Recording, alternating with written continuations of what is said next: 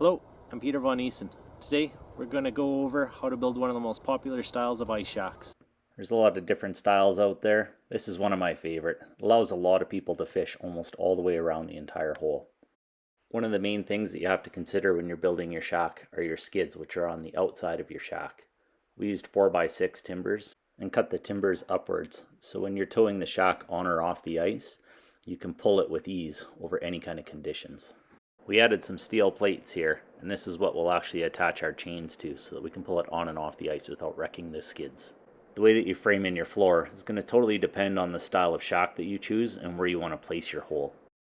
We added puckboard to the bottom of the skids, which makes it really slippery and makes it really easy to move around out on the ice. We designed this pony wall to act as a bench on the inside of the shack. It'll also support the outer wall on the outside of this platform. Once you build your second pony wall to match the opposite side, you're going to want to put bracing underneath from one side to the other on the end like this. Once you're done that, you can build a little bench that goes across so that a small kid can fit behind the hole to fish. Next thing we're going to do is just throw some plywood on top of the benches, and then we can start to put up our outer walls. We decided on the height of the lower wall where the door is going to be by making sure that somebody a little over 6 foot tall could come inside the shack without ducking and be comfortable.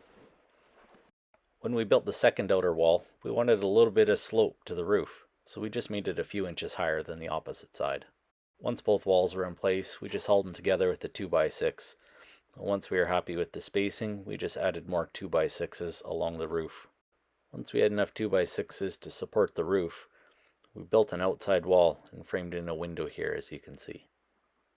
Once the back wall was all done, we moved to the front and just framed in a door and made sure we left enough room for a little wood stove on the left side of the door. Once all the walls are up, all that was left to do on the inside was to sheet it. Then we were able to put some insulation on the outside. Once all the walls were insulated, we wrapped the whole shack in Tyvek wrap. This helps with the wind coming through the shack on really windy days on the lake. You can see we put tin on the shack, but a lot of people just leave it as plywood and paint it to protect it. You can do whatever you'd like. We also used a 2-inch muffler pipe to help vent the stove, but we found that it didn't draft enough being 2 inches, so we ended up switching it out to a 4-inch pipe. You don't need to put a big wood stove in. As you can see, this is just a little one, and it keeps the shack really hot, even on the coldest of days.